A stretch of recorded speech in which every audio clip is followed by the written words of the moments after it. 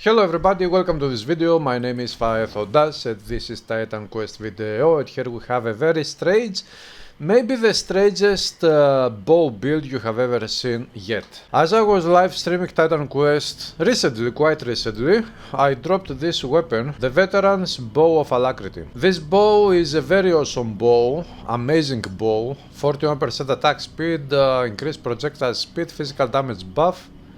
And I wanted to make a build with this item, but I thought that okay, we could have a build, you know, the typical type of build with a bow, especially with such a bow that all that it does is it deals physical damage, it has pierce ratio, which means it also deals pierce damage. Physical pierce, that's it. So a typical bow build would be to be using Hading Mastery with Rogue Mastery, or Hading Mastery with Dream, or Dream with Rogue, or you know, combinations that will boost up mainly your pierce and physical damage. But I didn't want to go the typical road for this build. I wanted to do something more strange, weird, whatever. Here we have the Center Walker. The build idea is that we will be using this bow.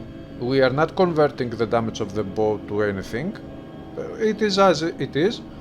And we will boost up our bow attacks with elemental damage from other skills and items. This is a build that uses the bow, but it deals multiple types of damage, not only one or two. And you will see now what types of damage. But before we get into that, first of all, don't forget, if you like this content, if you like this video, it helps very much if you click the like button, and also if you like the content and you haven't done so yet, subscribe, it is free to do so.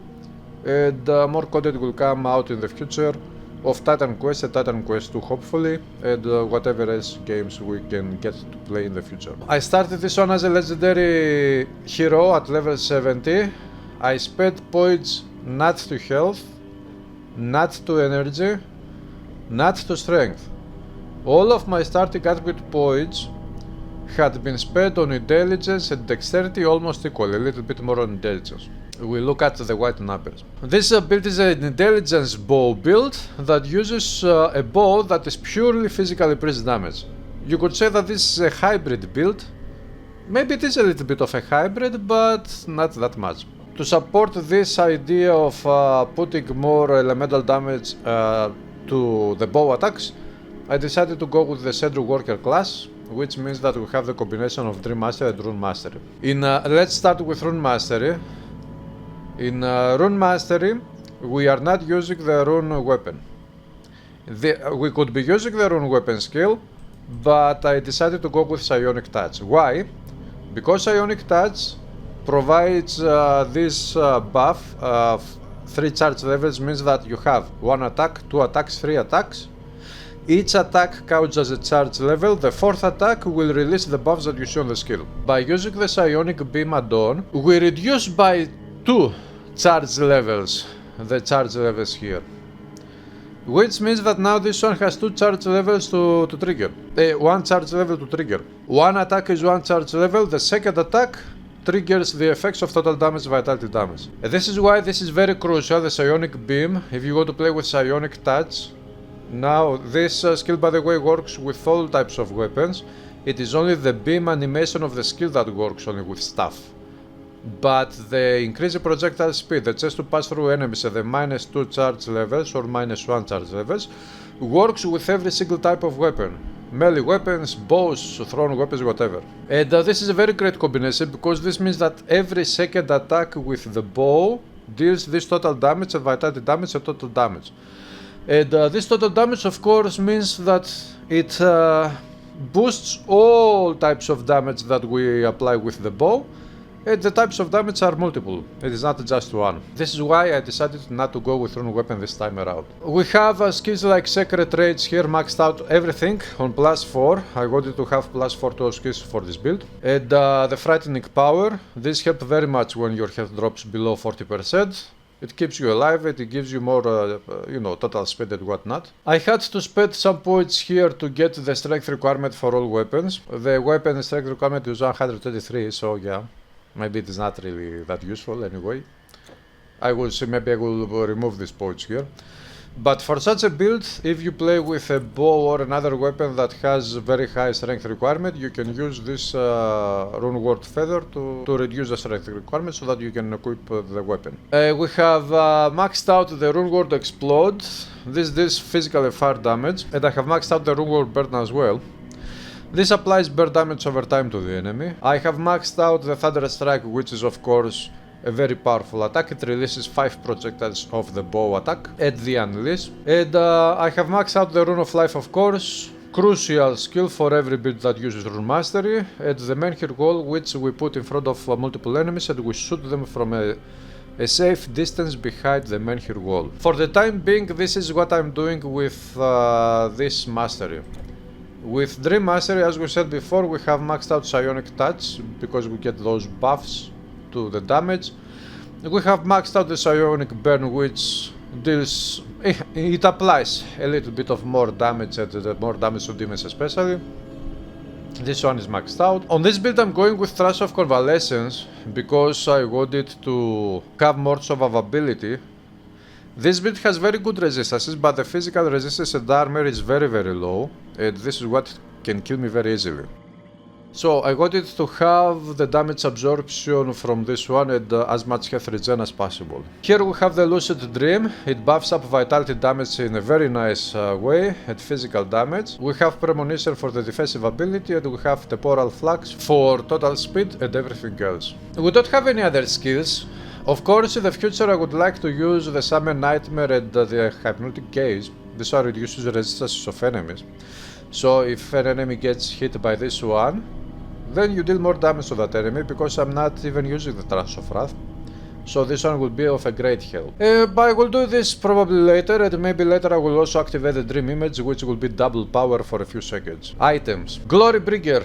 The main reason I'm using this one is the +1 to all skills, and the other main reason is the Pierce Resistance completion bonus. Remember, I want to have +4 to all skills here. This legendary armor, this is very good for the resistances it provides. This is an intelligence based build. For intelligence based, this item is not intelligence based, but it is dexterity based, but still it helps very much on this build. Of course, I'm not using Hunting Mastery, so those stats are useless, but at least we get just avoid attacks projectiles. And the Magma Strike activated on attack, more physical and fire damage on our arrow attacks. Crest of Hypnos, a best in slot for survivability for intelligence based builds. It requires 493 intelligence, many resistances. Here we have the Demon Skinwalkers, probably the best intelligence based boots in the whole game, including all DLCs, and +1 to all skills and many resistances and elemental damages, which helps with the damage output. Here we have a very interesting master infrequent item, the Ceremonial Braces, which dropped with the Alacrity suffix as far as I recall, which provides the +36% attack speed. And this is the main reason why I'm using this item. And also the other reason is that because it is you could say a green item, you can enchant it with components. And I wanted to get even more attack speed, and I got the Primal Magma with the completion bonus attack speed and the Fire Flat damage. The bow, as we saw before, the bow itself has the Veterans prefix, which provides more physical damage and increased projectile speed, and also some attack speed. And of Alacrity, which provides about 30% attack speed. So this bow is perfect, it provides so much attack speed, and because it was very crucial to increase my attack speed as much as possible, I went with the Valor of Achilles to get 53% more attack speed. And this is how we have attack speed 191%. For the jewels, we have the legendary Amulet of Thoth. This is one of the endgame dungeon set items. This is a great item. It provides the 10% physical resistance, not many resistances actually, not lots of survivability, but at least I get the +2 to all skills and some other stats, so this is a great item. I wanted to have +4 to all skills, and this item solved the issue. Of course I could have equipped probably the Aphrodite's Favor, which provides many resistances and health points, but that one also provides +2 to all skills, but that one also has a very annoying mind control effect sometimes, and I didn't want to get that mind control effect. Also, this item provides 60 armor. This 60 armor works on all 4 slots, so it helps with survivability with physical damage. The resisted Kickles of Thunder. This item is awesome because it has 2 resistances instead of 1. It of Thunder provides some lightning damage. And I went with the Star of the Evening because I wanted to get elemental damages and flat elemental damage. Remember, the idea of this build is to have multiple types of damage and mostly intelligence based on the attacks with this bow, which is nothing like intelligence based. And here we have a Jewel of the Tinkerer, which again we have put on this one Star of the Evening again to get elemental damage flatted percentage. And also the Incarnation of Embers, which provides some bear damage over time flat and many resistances for survivability. So these are the items. It is a very strange, I would say, bow build, not your usual bow build. Let me, this one is triggered, the Trash of Convalescence. So, resistances are very good overall, perfect fire, perfect cold, very good lighting, perfect pierce, good enough vitality resistance, good enough poison, okay, bleeding. Physical resist is 10%, it is better than nothing, but combined armor is low, of course. My health points is not the best amount. We have plenty of energy points, it is good enough. Here we have some nice secondary resistances. Casting speed, movement speed is very good. Defensive ability is not the best, but in the future I will spend more points on dexterity. And there you have it. This is the build, the bow alacrity as I call it, because I got this bow of alacrity. Now, of course, we will have in the future some changes to the skills. I will see if I can take these points back, and actually it is 1 point only on this one, and I could put it somewhere else, maybe on the dream image. Let's go kill something for you to see some gameplay. And if you got me to live stream this build, guys, leave a comment below, let me know.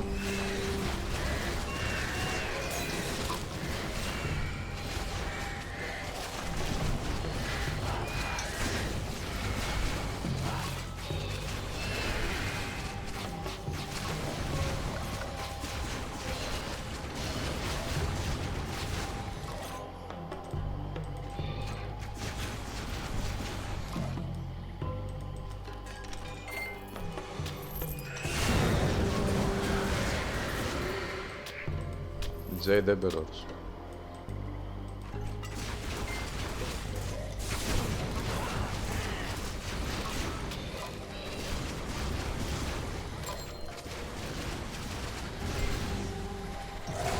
Nice.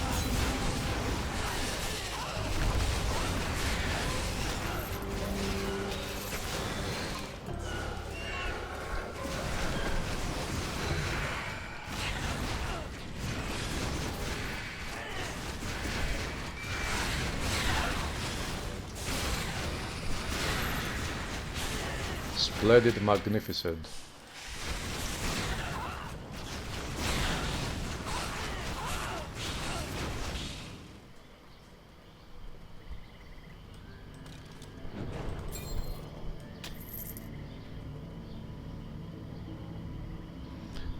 Okay, let's open up the stars.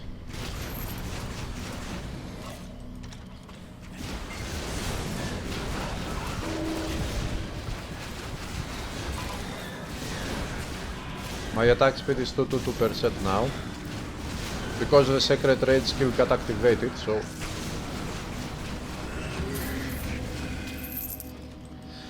Easy stuff, easy. The spell broke me, but now I'm back.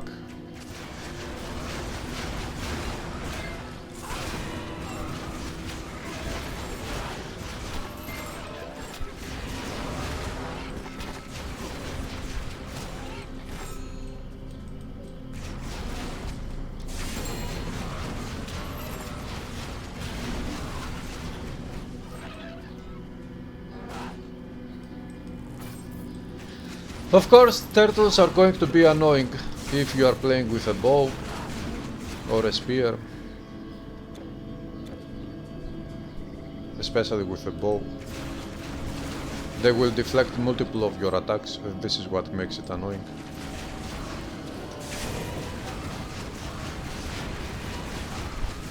The very nice thing about this build is that it has a very high attack speed, and it makes the gameplay more satisfying.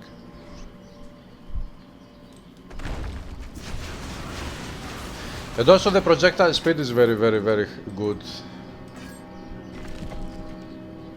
which gives this feeling of your arrows flying super very fast, and it is also satisfying.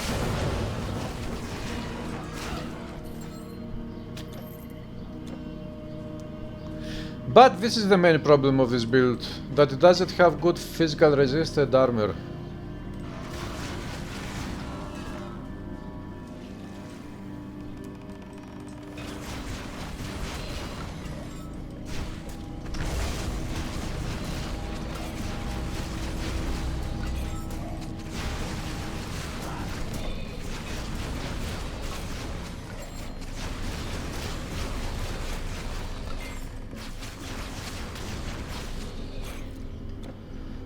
Okay.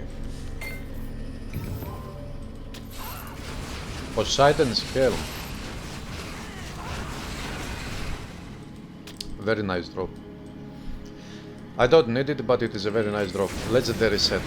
And also you could say this is a divine legendary set, because it is an item of a set of a god. It is a godly set item.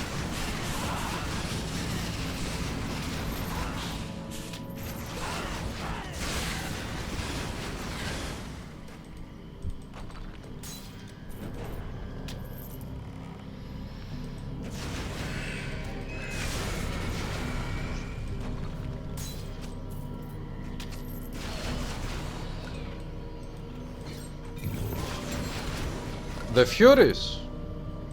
Nice legendary item.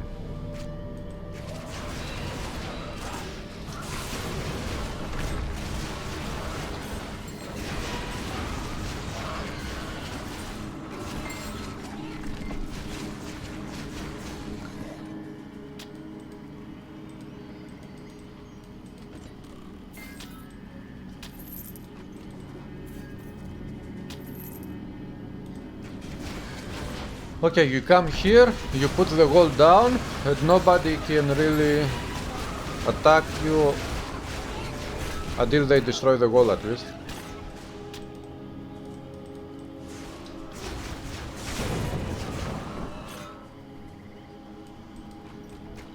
So, more or less, this is the gameplay of this build. You know, it is very simple. You have only two skills actually to use. The Menhir Wall, and then the Thunder Strike. Thunder Strike and Menhir Wall. This one is the one that you use all the time to deal damage to the enemy.